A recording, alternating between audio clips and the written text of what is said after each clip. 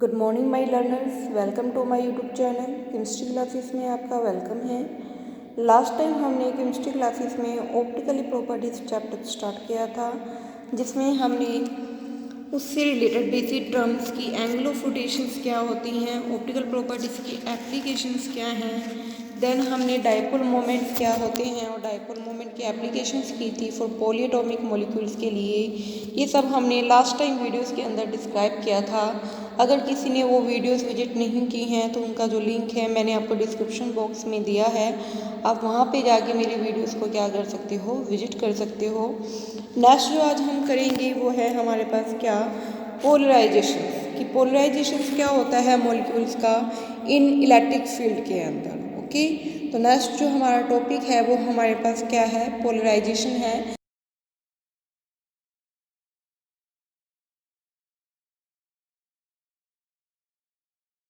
Consider कर लेंगे। मैंने क्या लिया है, कोई एक मॉलिक्यूल लिया है। इस मॉलिक्यूल में एक पॉजिटिवली चार्ज क्या है, न्यूक्लियस होता है।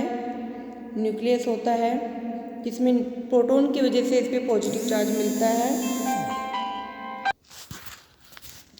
हमारे पास क्या है, हमने क्या लिया हुआ है, कोई मॉलिक्यूल कंसीडर किया हुआ है जिसके पास क्या है, पॉजिटिवली चार्ज क्या होगा, न्यूक्लियस होगा और उसके बाहर क्या होंगे, इलेक्ट्रॉन्स क्या करेंगे, रिवॉल्व करेंगे। तो ऑटोमेटिकली जो हमारे पास ये जो हमारे पास मॉलिक्यूल होगा वो क्या होगा, न्यूट्रल होगा, क्योंकि जो पॉजिटिव चार्ज है वो बैलेंस हो रहा है किससे, नेगेटिव चार्ज इलेक्ट्रॉन से। तो इस बिहाव पे जो मॉलिक्यूल है वो कम्प्लीटली क्या हो जाएगा, हमारे पास क्या होगा, न्यूट्रल होगा। बट इस न्यूट्रल मॉलिक्यूल के ऊपर अगर मैं क्या कर रही हूँ, एक्स्ट्रा क्या कर रही हूँ, इलेक्ट्रिक फील्ड को क्या कर रही हूँ, अप्लाई कर रही हूँ। उस इलेक्ट्रिक फील्ड में एक के ऊपर, इस प्लेट के ऊपर नेगेटिव चार्ज है और इसके ऊपर कौन सा चार्ज है, हमारे पास पॉजिटिवली चार्ज है।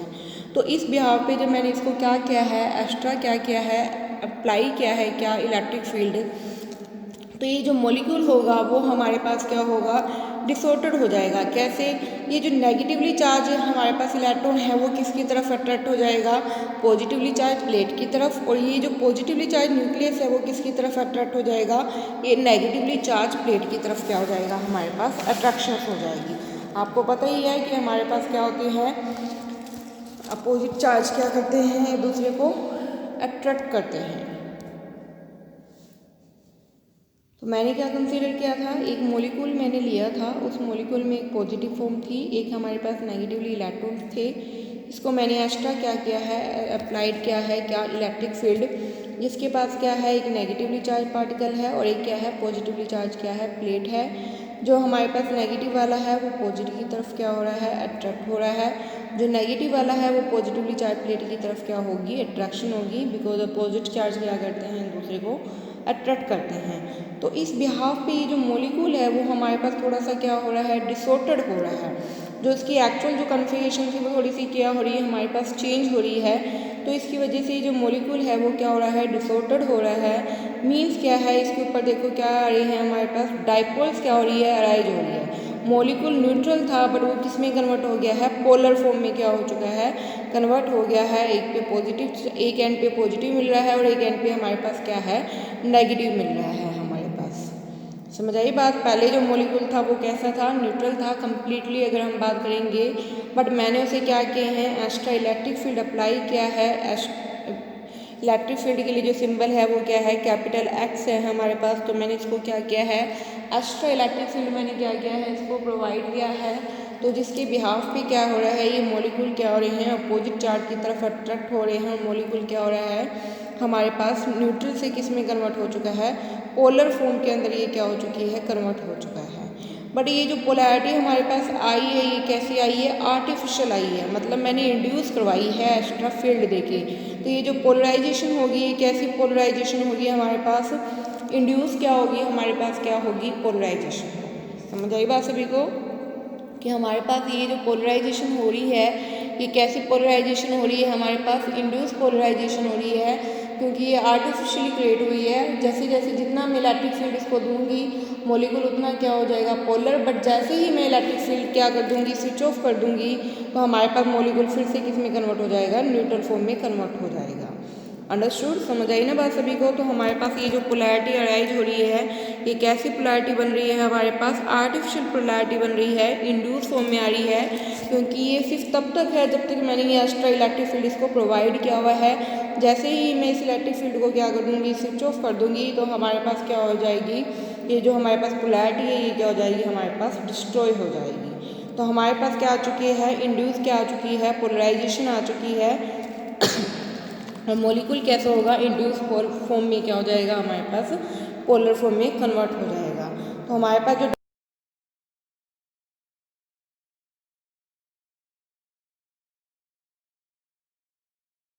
रिप्रेजेंट करी है इंड्यूस फॉर्म, कि मैंने इसको आर्टिफिशियली क्या किया है, इंड्यूस किया है। तो म्यू आई ई क्या होगा हमारे पास, किसके इक्वल होगा, आपको पता ही है, क्यू इंटू में डी के इक्वल होता है। क्यू यहाँ पे क्या होता है, चार्ज, और डी यहाँ पे क्या होगा, डिस्टेंस, इसी के इक्वल होता था ना हमारे पास। सिर्फ आई फॉर्म यहाँ पे क्या रिप्रेजेंट कर रही है हमारे पास, कि मैंने कैसे की है, इंड्यूस की है हमारे पास। अगर मैं इस फील्ड फॉर्म में देखूँ कि म्यू आई क्या है, वो किसके डायरेक्टली प्रोपोर्शनल आई है, एक्स के, क्योंकि जितना इलेक्ट्रिक एक्स यानी कि इलेक्ट्रिक फील्ड, जितना इलेक्ट्रिक फील्ड उतना ही हमारे पास क्या होगा, डाइपोल मोमेंट क्या होगा, इंड्यूस होगा। जैसे ही स्विच ऑफ वैसे ही डाइपोल मोमेंट भी क्या हो जाएगी, हमारे पास डिस्ट्रॉय हो जाएगी। तो एक्स यहाँ पे क्या रिप्रेजेंट कर रहा है, इलेक्ट्रिक फील्ड को। इट मीन्स डाइपोल मोमेंट जो है इंड्यूस फॉर्म वाला, वो किसके डायरेक्टली प्रोपोर्शनल होता है, इलेक्ट्रिक फील्ड के क्या है, डायरेक्टली प्रोपोर्शनल है। आप प्रोपोर्शनल का साइन हटाओगे तो यहाँ पे क्या हो जाएगा, mu I is equal to क्या होगा, अल्फा इंटू में एक्स। अल्फा यहाँ पे क्या है, कांस्टेंट है किसका, पोलैरिटीबिलिटी का। किसका कांस्टेंट है वो, यहाँ पे पोलैरिटीबिलिटी का क्या है, वो हमारे पास कांस्टेंट है अल्फा। समझ आई बात सभी को। तो ये जो हमारे पास पोलराइजेशन अराइज हुई है, ये कैसी पोलराइजेशन है हमारे पास, इंड्यूस पोलराइजेशन है हमारे पास। ये जो इंड्यूस पोलराइजेशन है ये 3 टाइप की हो सकती है फर्दर हमारे पास। इंड्यूस जो पोलराइजेशन है वो फर्दर 3 टाइप्स की हो सकती है हमारे पास। First is the electronic polarization, second is the atomic polarization, and third is orientation polarization. Okay, orientation polarization. First is the electronic polarization, second is the atomic polarization, and third is the orientation polarization. Electronic वाली जो movement of electron से arise हो रही है वो है electronic.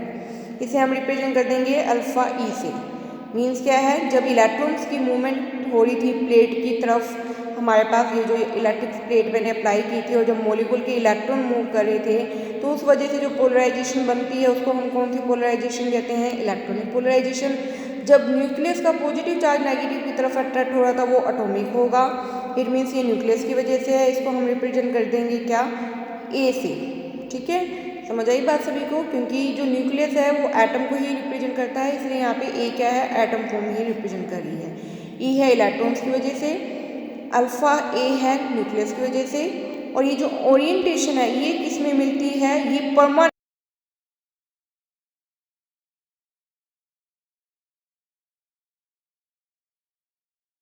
Create करवाई थी।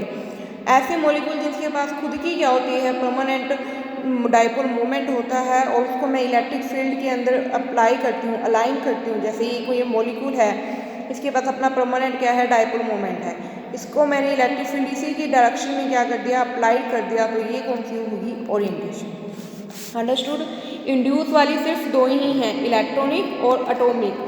थर्ड जो है वो ऐसे मॉलिक्यूल्स के लिए जिनके पास खुद का क्या होता है, परमानेंट क्या होता है, डाइपोल मोमेंट होता है, वो ओरिएंटेशन के अंदर आ जाता है। तो टोटल जो हमारे पास डाइपोल मोमेंट होगा, जो पोलराइजेशन होगा वो क्या होगा, अल्फा इज इक्वल टू क्या होगा, अल्फा ई प्लस में अल्फा ए प्लस में अल्फा नोट। अल्फा ई इलेक्ट्रॉनिक था, अल्फा ई एटॉमिक है, अल्फा नोट ओरिएंटेशन है, जिसमें से ये तो परमानेंट है, और इंड्यूस वाले जो हैं अल्फा डी है। तो ये दोनों मिलके क्या है, डिसऑर्डर्ड, जिसकी वजह से मॉलिक्यूल क्या हो रहा था, डिसऑर्डर्ड हो रहा था। तो ये अल्फा डी हो जाएंगे दोनों के लिए हम क्या यूज कर सकते हैं, अल्फा डी प्लस में अल्फा नोट। समझ आई बात सभी को। तो ये हमारे पास क्या है, अल्फा डी है, जिससे डिसऑर्डर्ड फॉर्म के लिए है हमारे पास। ये दोनों डिसऑर्डर्ड पोलराइजेशन को रिप्रेजेंट करते हैं। ठीक है, तो ये हमारे पास क्या है, टाइप्स ऑफ डाइपोल मोमेंट है। इसी पोलराइजेशन के बेस पे, इंड्यूस पोलराइजेशन के बेस पे एक हमारे पास इक्वेशन ड्राइव की गई है, that is most important equation है हमारे पास। वो कौन सी है? Clausius Mossotti equation. कौन सी इक्वेशन है ये हमारे पास? Clausius Mossotti equation. Clausius Mossotti equation most important equation है ये हमारे पास। कोल्सियस-मोस्टी इक्वेशन पोलराइजेशन के बेस पे ही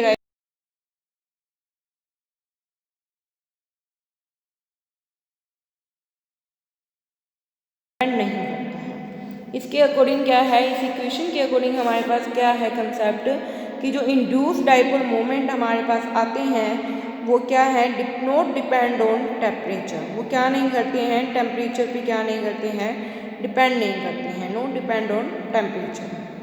कैसे नहीं करते हैं ये सारा हम क्या करेंगे, सोल्व करके शो करेंगे। देन हम देखेंगे कि वाकई ये टेम्परेचर पे डिपेंड करते हैं या नहीं करते हैं। तो ये हमारे पास क्या है, पोलराइजेशन, इंड्यूस डाइपोल पोलराइजेशन का ही क्या है, रिलेशनशिप बताती है किस किस के साथ, डाइइलेक्ट्रिक कांस्टेंट के साथ। इंड्यूस पोलराइजेशन का क्या करती है, ये रिलेशनशिप एक्सप्लेन करती है ये इक्वेशन किसके साथ, डाइइलेक्ट्रिक कांस्टेंट के साथ। किसके साथ एक्सप्लेन करती है, डाइइलेक्ट्रिक कांस्टेंट के साथ क्या करती है, एक्सप्लेन करती है। डाइइलेक्ट्रिक कांस्टेंट को हम रिप्रेजेंट करते हैं क्या, कैपिटल डी से क्या करते हैं, हम रिप्रेजेंट करते हैं। ये सब कोल्सियस और मोस्टी साइंटिस्ट ने एक्सप्लेन किया था, इसलिए उन्हीं के बेस पे इस इक्वेशन का नाम क्या हो गया है, कोल्सियस-मोस्टी इक्वेशन। ओके, इसके लिए आप क्या करो, प्लेट ले लो, दो इलेक्ट्रिक प्लेट ली है मैंने, एक के ऊपर नेगेटिव चार्ज है, एक के ऊपर फिर से वही पॉजिटिव चार्ज है। मैंने क्या कर दिया है, यूनिफॉर्म इलेक्ट्रिक फील्ड क्या किया है, मैंने उसको अप्लाई किया है पहले।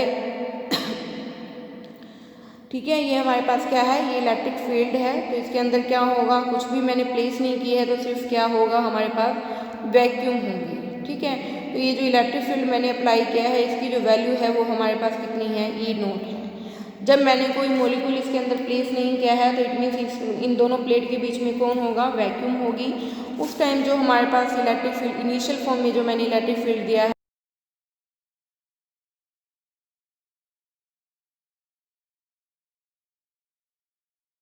ई नोट है। अब मैंने इसके अंदर क्या कर दी हैं, नॉन पोलर मॉलिक्यूल्स क्या कर दी हैं, प्लेस की। जब मैंने नॉन मॉलिक्यूल जो हमारे पास पोलर मॉलिक्यूल्स हैं वो प्लेस किए, तो वो क्या हो गए, डिसऑर्डर्ड हो गए, पॉजिटिव वाले नेगेटिव की तरफ और नेगेटिव वाले पॉजिटिव की तरफ हो गए। इस तरीके से हमारे पास क्या अराइज होगी, डिसॉर्शन अराइज होगी। It means induced dipole moment हमारे पास अराइज हो चुका है। ठीक है, उस टाइम जो हमारे पास इलेक्ट्रिक फील्ड की वैल्यू आई है वो कितनी आई है, ई। कितनी आई है हमारे पास, ई आई है। क्यों, ये जो वैल्यू है ई नोट से क्या हो चुकी है, ई हो गई है, मीन्स रिड्यूस हो गई है। क्यों रिड्यूस हुई है, क्योंकि जो मॉलिक्यूल मैंने लिए हैं वो कैसे हैं, नॉन पोलर हैं, तो इनका जो हमारे पास पोलराइजेशन अराइज होगा वो क्या है, जो एक्चुअल में मैंने इलेक्ट्रिक फील्ड अप्लाई किया है उसकी जस्ट क्या होती है, अपोजिट। फॉर एग्जाम्पल, जब मैंने स्टार्टिंग में इलेक्ट्रिक फील्ड दिया था ई नोट, उसकी डायरेक्शन है इधर। इन मॉलिक्यूल्स ने अपना क्या कर दिया, पोलराइजेशन क्रिएट की है। उस टाइम जो हमारे पास जो वैल्यू क्रिएट होगी जो पोलराइजेशन की, वो इसकी क्या होती है, अपोजिट होती है।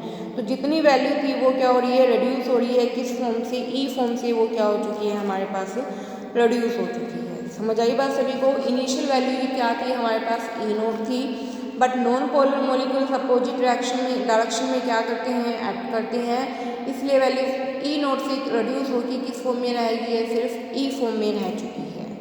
अंडरस्टूड, समझ आई बात सभी को। तो हम इलेक्ट्रोस्टैटिक्स के अकॉर्डिंग इनका रिलेशन कैसे शो कर सकते हैं, according to electrostatics, E note is equal to E plus में 4 pi I. E note is equal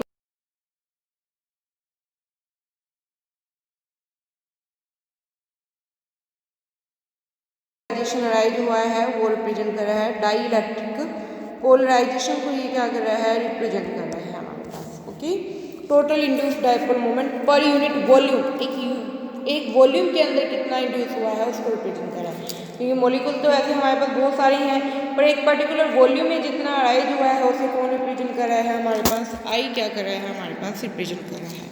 ये आई क्या होता है, किसके इक्वल होता है हमारे पास, म्यू आई इंटू में एन।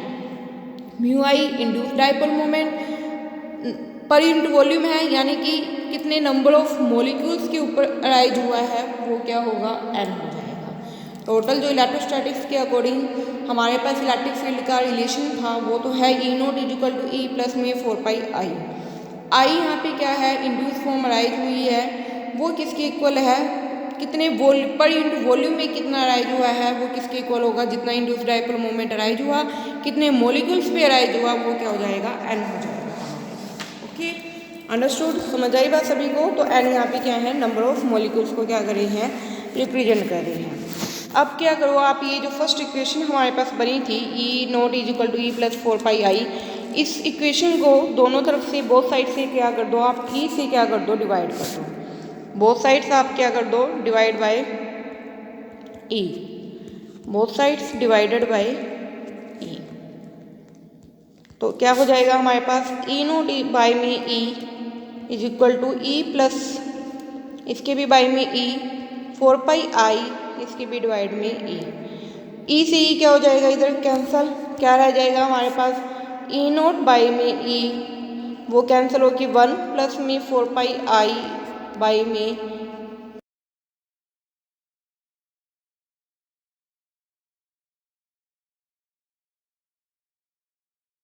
तो इक्वेशन इस फॉर्म में क्या हो चुकी है, मॉडिफाई हो चुकी है। ई नोट बाई ई को मैं क्या लिख दूंगी, डी लिख सकती हूँ, तो ये रह जाएगा हमारे पास। आप क्या करो, डी है, डी को इधर ही रहने दो, इधर ये प्लस का 1 है, इधर आके ये क्या हो जाएगा, माइनस का 1, इधर ये डिवाइड में है, इधर ये मल्टीप्लाई में हो जाएगा। तो 4 पाई आई की वैल्यू है वो कितनी आ चुकी है, डी माइनस 1 इंटू में ई। तो 4 पाई आई की वैल्यू कितनी आ गई है, डी माइनस 1 इंटू में ई आ चुकी है हमारे पास। अंडरस्टूड, समझ आई बात सभी को, इतना सभी को समझ आ चुका है। देन है हमारे पास, तो एक इक्वेशन तो वो बन गई थी, अब ये सेकंड इक्वेशन बन चुकी है हमारे पास। ओके, अब आपने क्या अप्लाई किया था, इलेक्ट्रिक फील्ड अप्लाई किया था, एक्स ये हमने दिया था। वो जो इलेक्ट्रिक फील्ड है वो क्या है, 3 पार्ट से मिलके बना होगा। एक तो किस किस के साथ, एक तो इलेक्ट्रिक फील्ड कितना इन प्लेट के ऊपर है, वो कितनी वैल्यू आई थी, ई नोट। एक हमारे पास क्या है, इन प्लेट्स के साथ जो छोटे छोटे मॉलिक्यूल्स हैं जिनके ऊपर कंप्लीटली पोलराइजेशन अराइज हो रही है, उसके लिए इलेक्ट्रिक फील्ड क्या होगा, माइनस के 4 पाई आई, क्योंकि वो अपोजिट डायरेक्शन में बिहेव करते थे, वो कितना होएगा, माइनस के 4 पाई आई। एक जो उसके सेंटर के अंदर जो हमारी प्लेट्स के साथ को छोड़ के जो अंदर के जो मॉलिक्यूल हैं स्फेरिकल फॉर्म में, उसके लिए हमारे पास वैल्यू कितनी होएगी, 4/3 पाई आई, ये हो जाएगा। क्योंकि ये तो कम्प्लीटली स्फीयर फॉर्म में होंगे, इसलिए वॉल्यूम को हम 4/3 पाई फॉर्म में शो करते हैं फील्ड की फॉर्म में, तो इसलिए हमने इस तरीके से इसको शो किया हुआ है। तो जो इलेक्ट्रिक फील्ड है वो टोटल 3 फॉर्म में डिवाइडेड है। एक तो ई नोट की फॉर्म में जितना प्लेट पे चार्ज मिल रहा है, एक जस्ट प्लेट के साथ जो मॉलिक्यूल है जिन पे कम्प्लीटली पोलराइजेशन अराइज हो रही है उसके लिए -4 पाई आई है। एक जो सेंटर में मॉलिक्यूल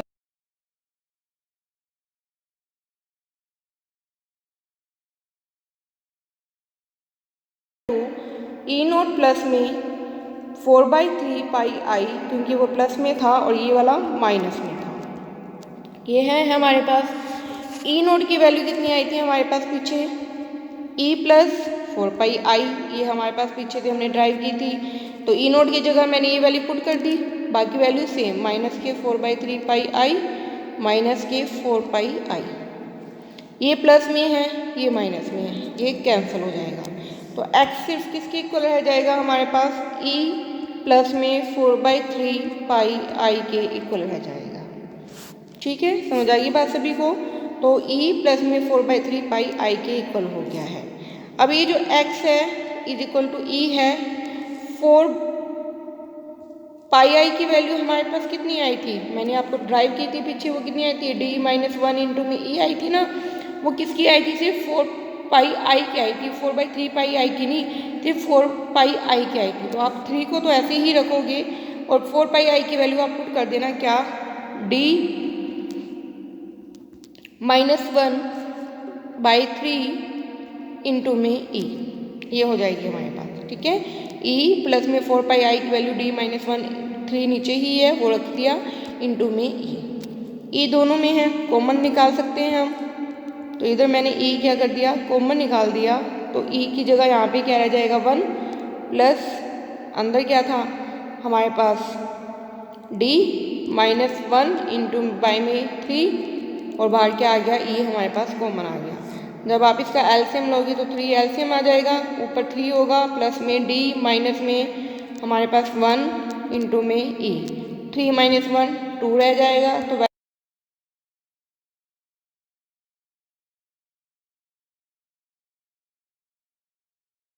ओके, तो एक बार x की वैल्यू ये आ चुकी है हमारे पास और एक हमारे पास क्या आई है वैल्यू, एक हमारे पास x की वैल्यू क्या आई है, एक बार ये आई है और एक बार क्या आई है e प्लस 4 पाई 3 पाई आई, ये दोनों वैल्यू आई है। एक बार ये आ चुकी है सोल्व करके, एक बार ये आई थी जब तक हमने 4 पाई आई की वैल्यू पुट नहीं की थी।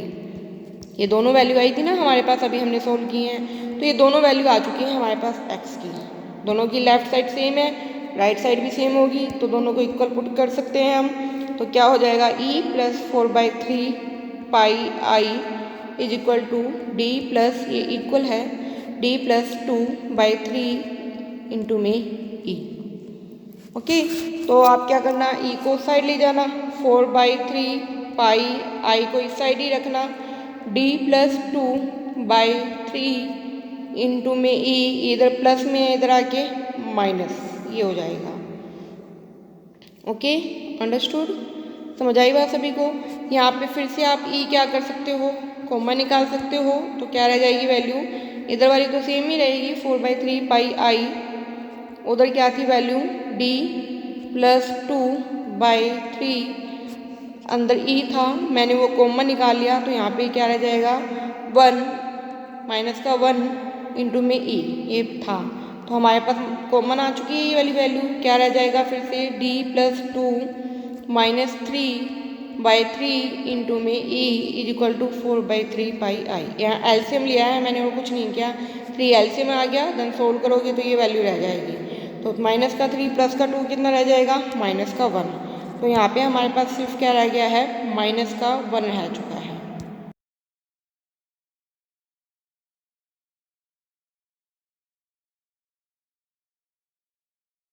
आई है ये डी माइनस 1 बाई 3 इंटू में आई, ये है। Okay, understood. ये हमारे पास किसकी वैल्यू आ चुकी है, एक्स के फॉर्म में हमारे पास क्या आई है, वैल्यू आई है हमारे पास। तो 4 बाई 3 पाई आई की वैल्यू एक हमारे पास ये बन चुकी है हमारे पास डी माइनस 1 बाई 3 इंटू में ई। अब जो आई की वैल्यू थी वो हमारे पास पीछे कितनी आई थी, हमने बताया था म्यू आई इंटू में एन, मैंने आपको बताया था स्टार्टिंग में। तो हमारे पास आई की वैल्यू कितनी आई है, म्यू आई इंटू में एन आ चुकी है हमारे पास। और म्यू किसके इक्वल होता है हमारे पास, जो इंड्यूस पोलराइजेशन होगा इंटू में जितना इलेक्ट्रिक फील्ड अप्लाई करते हैं इंटू में एन, यही है हमारे पास। म्यू किसके इक्वल होता है, जितना डिसऑर्डर्ड फॉर्म से पोलराइजेशन अराइज हुई है वो जितना अप्लाई किया था इलेक्ट्रिक फील्ड, और ये नंबर ऑफ मॉलिक्यूल्स हैं हमारे पास। ओके, तो अल्फा डी रहेगा। एक्स की वैल्यू हमारे पास कितनी आई है, अभी मैंने सोल्व किया आपको, कितनी आई है हमारे पास डी माइनस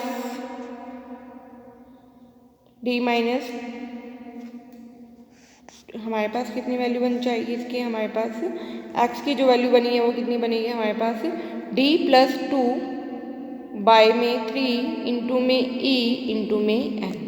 जो लास्ट मैंने सोल्व की थी वो 4 बाई 3 पाई आई की वैल्यू थी, एक्स की तो वैल्यू हमारे पास पहले ही आई थी सोल्व करके डी प्लस 2 बाई 3 इंटू में ई, तो वो मैंने एक्स की जगह पुट कर दी, एन नंबर ऑफ मोलिक्यूल्स ऐसे ही रहेंगे। तो आई हमारे पास कितना आ चुका है alpha D plus by 2 3 into में ई इंटू में एन, अल्फा डी है हमारे पास। ओके, अब आप क्या करोगे, जो आई की वैल्यू है हमारे पास वो आप क्या कर,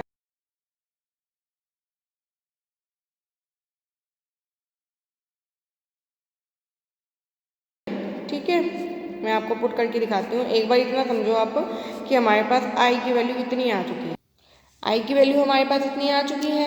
अब आपने इसको क्या करना है, जो इक्वेशन आई थी हमारे पास क्या 4/3 पाई I is equal to d-1। अगर देखो आप साथ साथ सोल्व करोगे सारी इक्वेशन तो आपको अच्छी सी समझ आएगी सारी, इसलिए आपने सारी इक्वेशन को साथ साथ सोल्व करके देखना है। ओके, 4/3 पाई आई जो हमारे पास वैल्यू आई थी, इसकी वैल्यू कितनी आई थी d-1 इंटू में 3 बाई में 3 आई थी। अब आई की वैल्यू मैंने अभी सोल्व की है, वो कितनी आई है 4/3 पाई आई, यही रहेगा। आई की वैल्यू कितनी आ गई है हमारे पास अल्फ़ा डी इंटू में d+2 बाई में 3 इंटू में ई इंटू में N is equal to d-1/3 into में ई। ये आ चुकी है हमारे पास, इंटू में ई है यहाँ पे। ओके, तो आई की सिर्फ मैंने जो अभी ऊपर सोल्व की थी वैल्यू, वो सिर्फ यहाँ मैंने पुट की है। बाकी जब आप सारा देखो सोल्व कर दोगे तो आपके पास क्या वैल्यू रह जाएगी, देखो 4/3 अल्फ़ा डी को तो इस साइड ही रखना आप, ठीक है। 4/3 अल्फ़ा डी इंटू में एन जो नंबर ऑफ मॉलिक्यूल्स थे वो आप इस साइड ही रखना। बाकी वैल्यूज़ को आप क्या करो उधर ले जाओ, d+2/3 ई को मैं क्या करूँगी इस साइड ले जाऊँगी, तो क्या रह जाएगा हमारे पास, इधर तो ये रह जाएगा 4/3 पाई अल्फ़ा डी इंटू में एन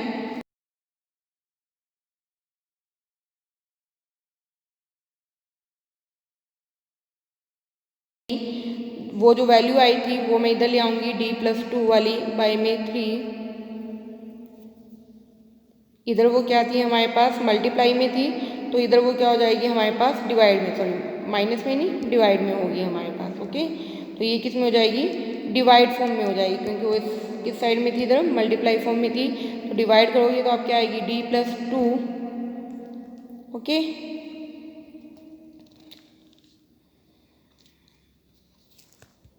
देखो ई से ही सारा कैंसिल हो जाएगा हमारे पास, 3 से 3 जो इसका आएगा वो भी कैंसिल हो जाएगा, तो वैल्यू सिर्फ क्या रह जाएगी d-1 d+2 रह जाएगी, d-1 d+2। सिर्फ सिंपल क्या है उधर उस वाली वैल्यूज़ को इधर ला के हमने सिर्फ कैंसिल आउट किया है, तो ये हमारे पास क्या आ चुकी है वैल्यू आ चुकी है आपके पास। ओके, समझ आई बात।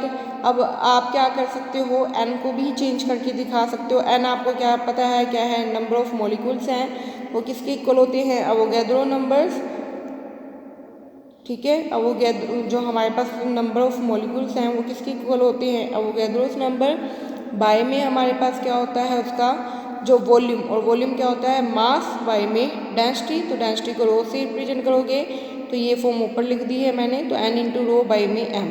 तो एन की जगह आप क्या कर सकते हो एन इंटू रो बाई में एम भी पुट कर सकते हो, यानी डेंसिटी की फॉर्म में भी आप इस वैल्यू